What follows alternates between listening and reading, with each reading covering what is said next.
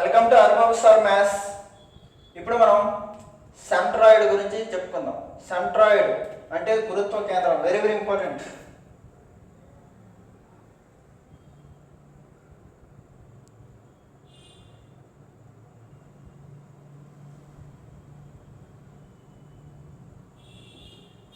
కేంద్ర భాసం అంటారు, ఓకేనా. సెంట్రాయిడ్ చెప్పుకునే ముందు ఇది దేంతో ఫామ్ అవుతుందో చెప్తాను. మీడియన్ అంటారు. మీడియన్ అంటే మధ్యగత రేఖ.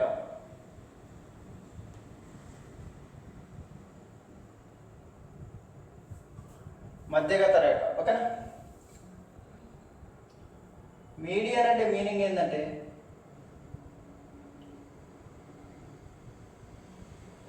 మీడియను, ఇంకోటి ఆల్టిట్యూడ్. ఆర్థో సెంటర్లో ఆల్టిట్యూడ్, రెండు మీరు కన్ఫ్యూజ్ అవుతారు, ఓకే. మీడియన్ అంటే ఏంటి, ఆల్టిట్యూడ్ అంటే ఏంటి, ఇక్కడ క్లియర్గా చెప్పుకొని ముందుకెళ్దాం, ఓకేనా. మీడియన్ అంటే మిడ్ పాయింట్ ఆఫ్ సైడ్. చూడండి, the line segment which start at mid point of side to opposite side. BC దగ్గర, బీసీ మధ్య బిందువు నుంచి ప్రారంభమై ఏమవుతుంది, ఏ దగ్గరికి వెళ్తుంది, ఓకేనా. దీన్ని ఏమంటారంటే మీడియన్ అంటారు. అంటే మీడియన్ ఏం చేస్తుంది, ట్రయాంగిల్ని సైడ్ని రెండు సమాన భాగాలుగా విభజిస్తుంది. ఓకేనా. Median divides side into two equal halves, ఓకేనా. Median divides side into two equal halves, ఓకేనా. అర్థమైందా. అలాగే దిస్ ఈజ్ డి. ఇక్కడ నుంచి గీస్తున్నాను ఈ ఎఫ్, ఓకేనా. ఈ రెండు ఈక్వల్, ఓకే. ఇది మీడియన్ అంటే. మీడియన్ అంటే ఏం చేస్తుంది, మీడియన్ చూడండమ్మా, ట్రయాంగిల్ని టూ ఈక్వల్ హాఫ్స్గా స్ప్లిట్ చేస్తుంది, ఓకేనా. Median divides triangle into two equal halves, very very important, okay. Median అంటే ఏంటంటే the line segment which started 90 degrees ఉండాల్సిన అవసరం లేదు. The line segment which started mid point of side towards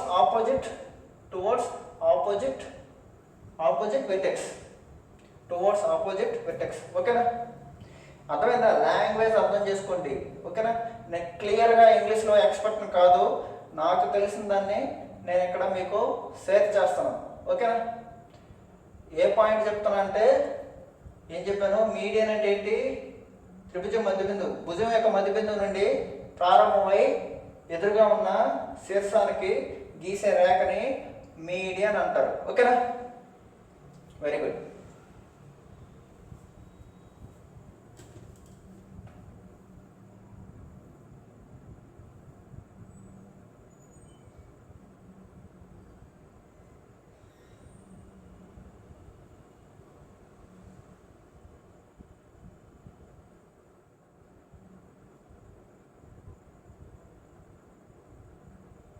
Okay, the median divides triangle into 6 equal halves.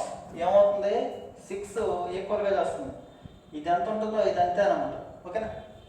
చూడండి, ఒక మీడియను ట్రయాంగిల్ని 2 equal హాఫ్స్గా చేస్తుంది. అలాగే 3 మీడియన్లు కలిపి ట్రయాంగిల్ని 6 ఈక్వల్ హాఫ్స్గా తయారు చేస్తాయి, ఓకేనా, డివైడ్ చేస్తాయి, ఓకేనా.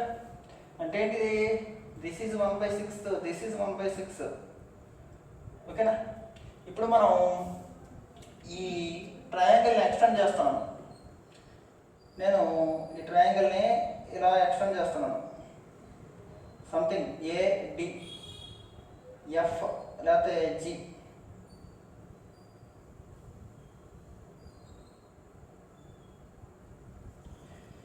ఇదేమంటారు దీన్ని, ఇది ఒక ప్యారలలోగ్రామ్ అవుతుంది, ఇది ఒక ప్యారలలోగ్రామ్ ఏర్పడుతుంది, ఓకేనా.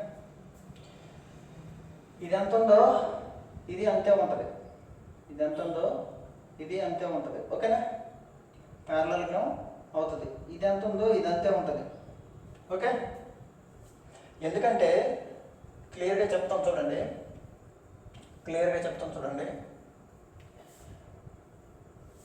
ట్రయాంగిల్ ఏబిసిలో DE are two mid points parallel to BC. D line is parallel to BC. అప్పుడు ఏమంటాము DE ఈక్వల్ టు అంటే ఇది రెండు అయితే ఇది ఒకటేనమాట. ఓకే, ఏమంటాము ఆఫ్ BC. దీన్ని మిడ్ పాయింట్ థీరం అంటాం. ఇక్కడ BC ఉంటే ఏమవుతుంది, ఆఫ్ అవుతుంది. ఓకే, అలాగే మీరు ఒకటి గుర్తుపెట్టుకోండి,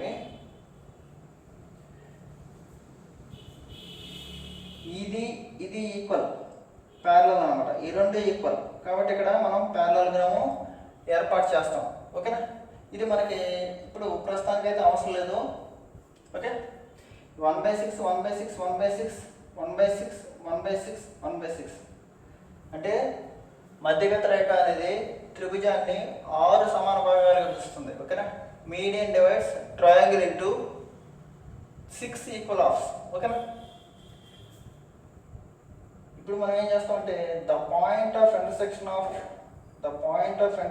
of all 3 medians is called centroid of a triangle.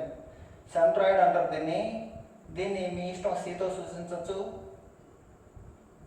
దీన్ని సెంట్రాయిడ్ అంటారు. ఓకేనా, వెరీ ఇంట్రెస్టింగ్ పాయింట్ ఈస్ చూడండి,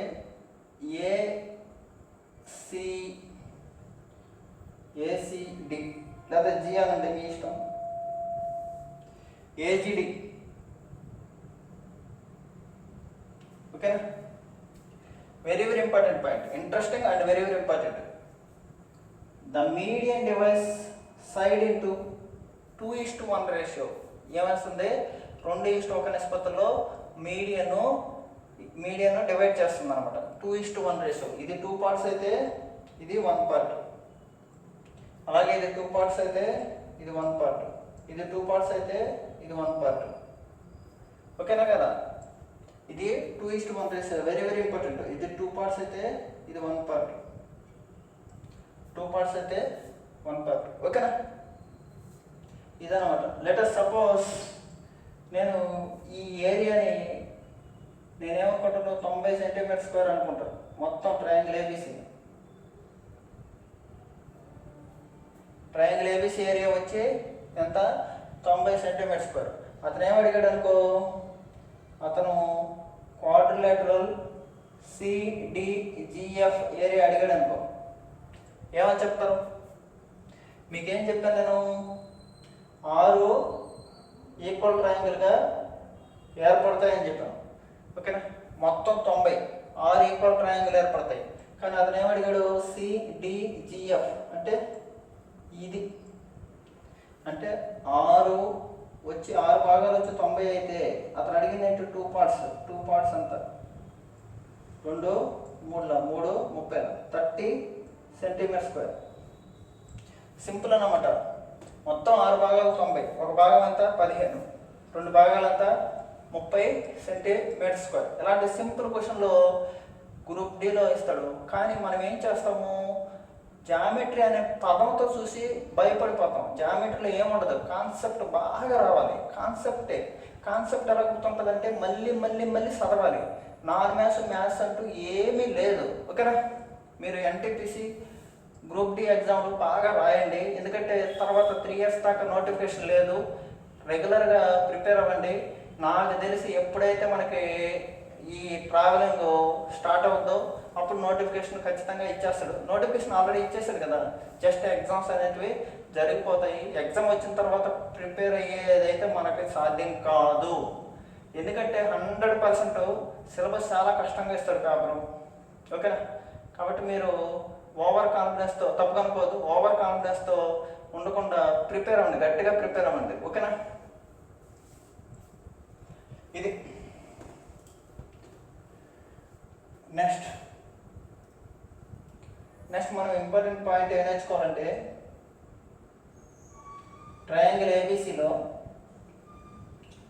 ఏడి బిఈ సిఎఫ్ ఉందనుకో,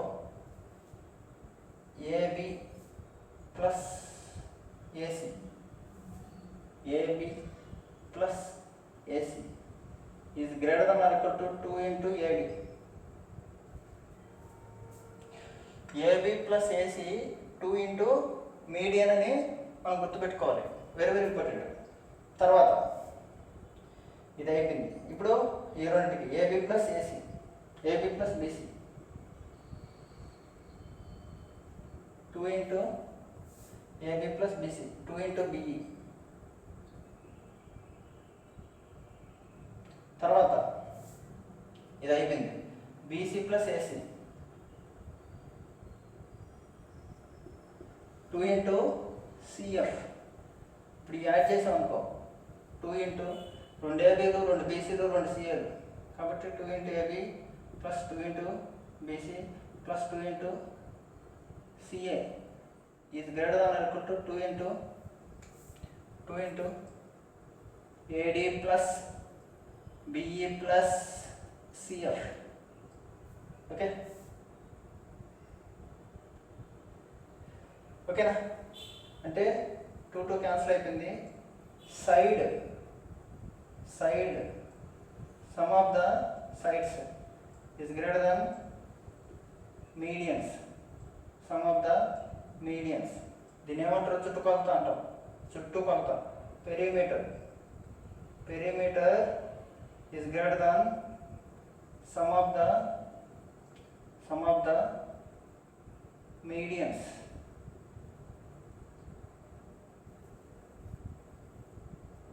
ఓకే, చుట్టుకొలత is greater than or equal to మీడియన్ల మొత్తం, అంటే మధ్యగత రేఖల మొత్తం. ఓకేనా? రాసుకోండి, నోట్ చేసుకోండి, చాలా ఇంపార్టెంట్ ఇది, నోట్ చేయండి.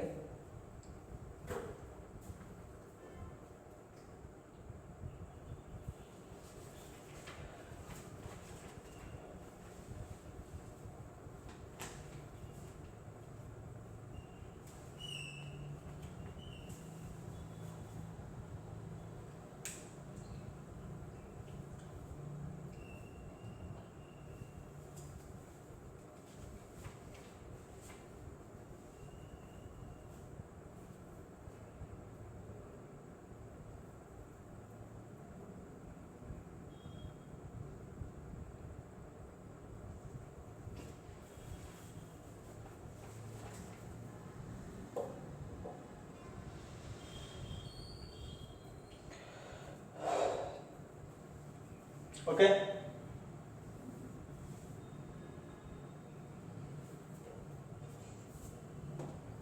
ఇవన్నీ గుర్తుపెట్టుకోవాలి, చాలా చాలా ఈజీ. 2-3 సార్లు ప్రాక్టీస్ చేస్తే వచ్చేస్తాయి ఏదన్నా. ఇప్పుడు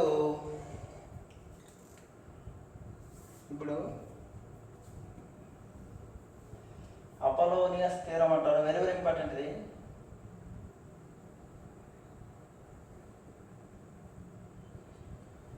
ట్రయాంగిల్ ఏబిసిది, ఏడి ద మీడియన్, ఈ రెండు equal. Okay, AB square plus AC square is equal to 2 into sum of the ఏదైనా ఉంటాయి AD square plus CD square, మీ ఇష్టం. అంటే బీడీ స్క్వేర్ అనేది తీసుకోవచ్చు, సిడి స్క్వేర్ అని తీసుకోవచ్చు, వెరీ వెరీ ఇంపార్టెంట్ ఇది అపోలోనియస్ థీరం. ఓకేనా?